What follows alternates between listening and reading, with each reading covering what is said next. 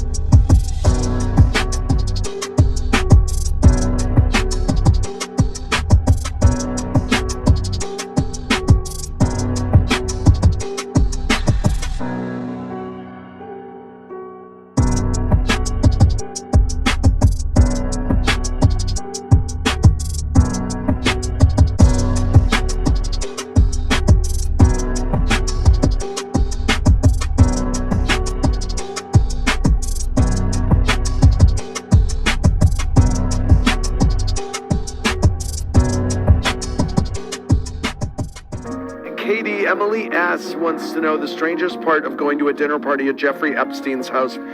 Yeah, I know. Oh, that's... So wow. that's a long story that's in my book, yeah.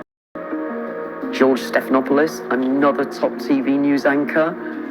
Chelsea Handler, very famous comedian. Woody Allen, people like that. It ultimately leaked out that these people had all been entertained with Prince Andrew at Epstein's house. Power and control. And what I would like to know, because I don't think Epstein was the mastermind of this, I think he was working kind of as a mercenary for a number of powerful entities. I think various governments were using the information that he found. You know, he was someone who could sell them blackmail material and make an enormous amount of money.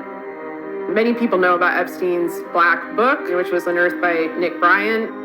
The so-called Black Book is not a black book. It really is a phone kind of directory. And it was a list of all of Epstein's contacts.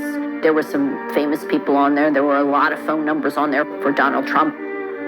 Alex Acosta had said straight out, you know, he belongs to intelligence without specifying to whose intelligence Epstein belonged. So as for how the blackmail operation works, I think what most people assume is that these individuals who have been accused of rape, did rape underage girls, were likely filmed doing so without their knowledge.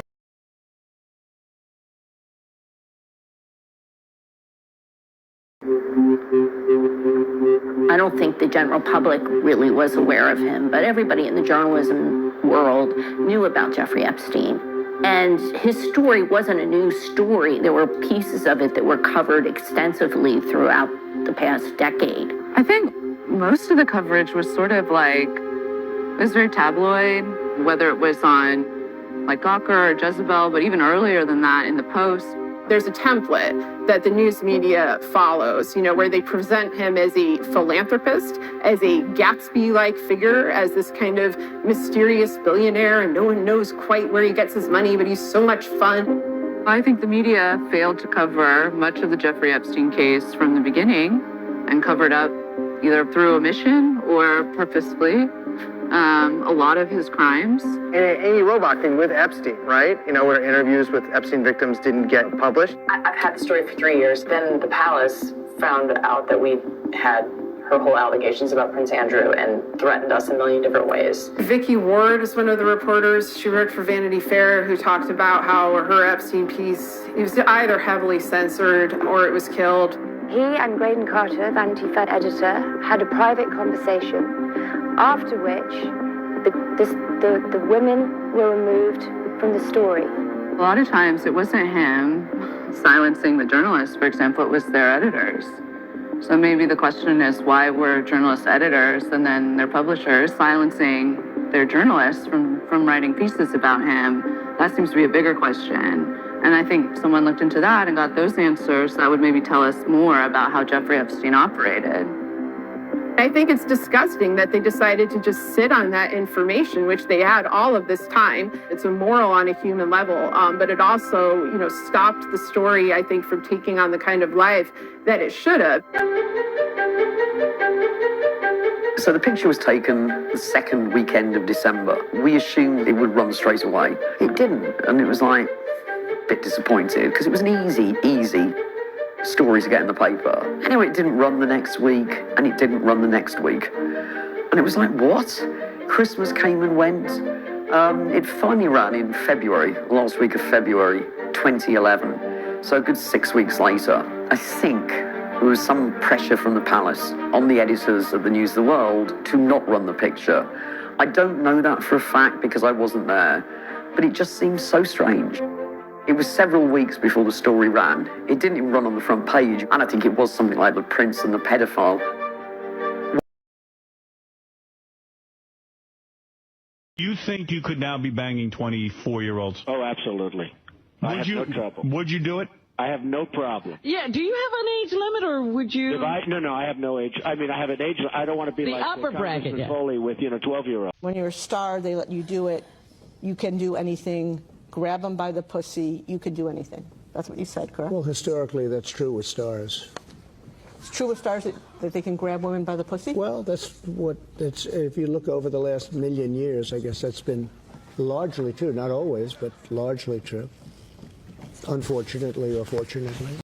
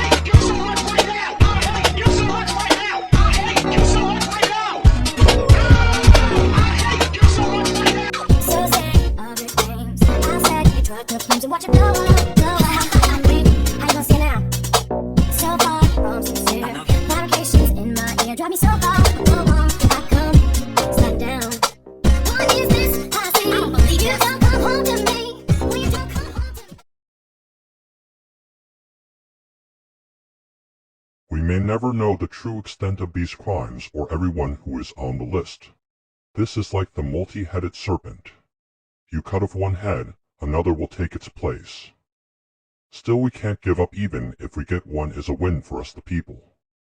The only minority destroying America is the billionaires.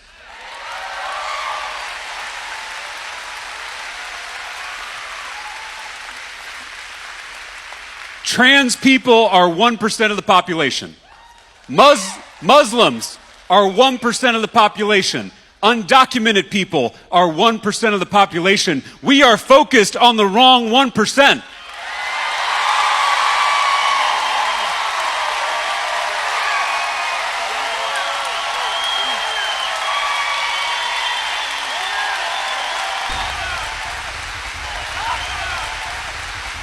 Trans people aren't taking away our health care.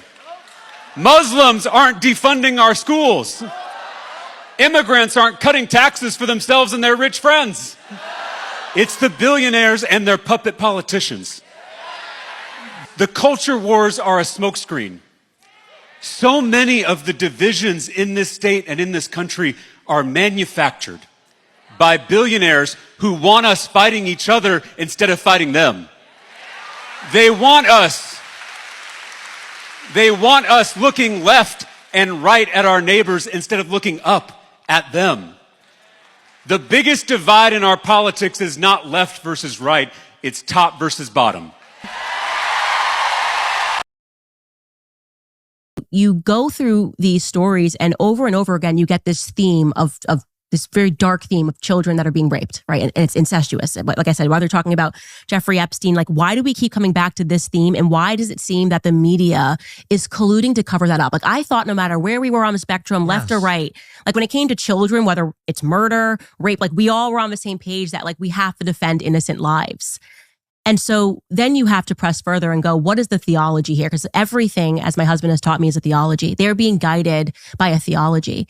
And while the rest of the world is being driven towards either being agnostic or being outwardly atheistic, I think the people that are in control are being pulled by... Oh, they're not atheists. They're not atheists at all. Hiring all these high-powered attorneys. Alan Dershowitz, Jay Lefkowitz, Kenneth Starr, people who were well known in Washington.